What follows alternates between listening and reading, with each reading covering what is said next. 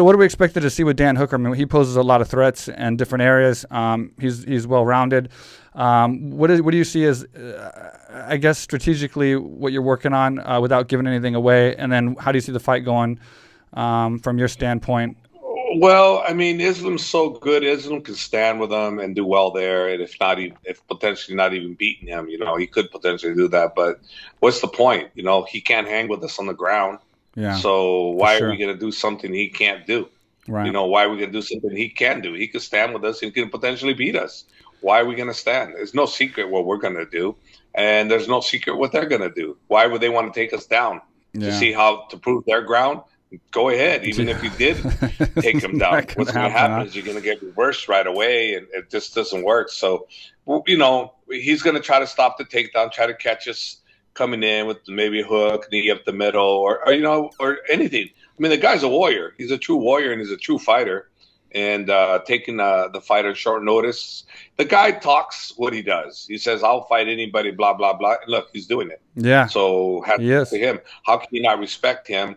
He's not shying away. And there was a point there when he was maybe his camp was, or not his camp, maybe his management was avoiding the fight because it didn't make sense. Now it makes sense because Islam is higher ranked than him. So now it's I was chasing you. Now you're chasing me, and that's the way, a lot of these fighters are, it's like none of these fighters, in my opinion, are afraid of each other. It's just that the management or the fighters themselves feel, well, that's not the good fight for me to get to the title. Everybody wants the title. We know that. Everybody wants the title. So whatever that's going to get them closer to getting that title, that's what they're going to do. And if they're not ready for that individual, they're not afraid. They're just not ready. Yeah.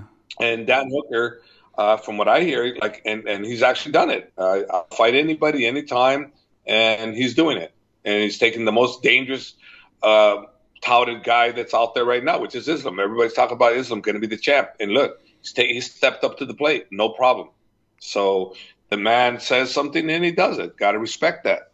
And it makes for a dangerous element to the fight as well, because I think one thing that concerns me on the fight, if there's anything that concerns me, obviously I feel like Islam's better in every area, but I think what can concern me is the fact that Dan Hooker has nothing to lose. And when you have a fighter who has nothing to lose, and I mean, he has something to lose, don't get me wrong, but I'm saying when you're fighting Islam, you're not going to, it's not like if you lose, especially you can actually lose and improve, your credibility as a fighter if you fight a tough fight and go really hard and maybe even have a couple close chances to win or whatever. So I feel like he's in a position to cause problems where some other fighters that might be higher ranked might play it safer and not take the risk that I think Hooker might take, because he, again, doesn't really have, if everyone's just saying he's going to lose, he's expected to lose.